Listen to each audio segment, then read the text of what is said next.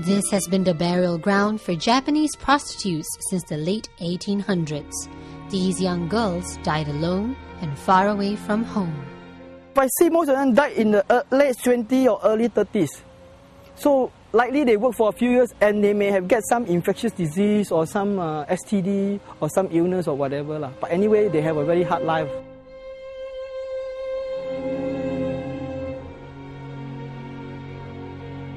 Raymond explained how these young girls, aged between 13 to 15 years old, were tricked into believing that they would earn more money working in Southeast Asia. So they came to places like Singapore and Malaysia, but ended up working as prostitutes instead. It cost them their honor and their lives. We call this prostitute actually karayuki-sans. Yeah? Karayuki, kara means actually foreign. So yuki means go. So to go to foreign land and to work lah. A lot of this prostitute comes from the Kyushu Islands, especially in Nagasaki Prefecture and this Kumamoto Prefecture.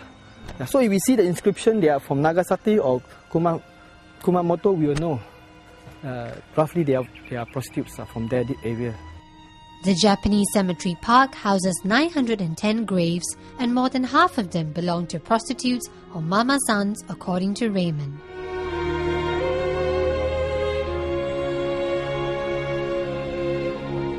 So what else can we learn from these tombstones and their inscriptions? If those who died without a penny or cent, you see, the tomb can be just a simple piece of stone. But those who died with some savings, usually it's more elaborate, or the sister will pull together the money, especially if a well-respected prostitute. This elaborate grave with enclosure, actually it mentioned the 大姐, it is different from those inscription. And then on the right-hand side, it mentioned that she was the wife of a sundry shop owner. So usually in the past, some karayuki-san, they are lucky enough to marry off to a trader or some office worker. Their inscriptions also show us which brothels these karayuki-sans belonged to in the early 19th century. For example, here, all the street now at the Bugis Junction, right?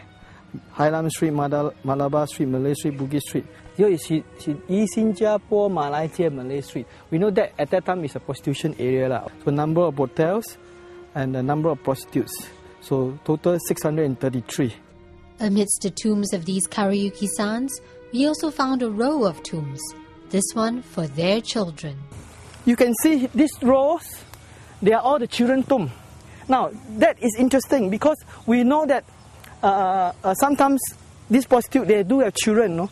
So a lot of the children die young also, or they have hardly time to look after the children. Anyway, these are all the children. How do you tell if Okay, for example, here they put here Tongni. Tongni means like younger. Here, Yao, this is the Ying'er lah, means baby.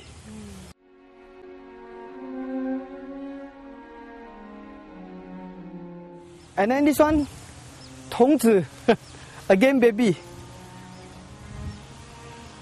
So you can see this whole row is all the babies.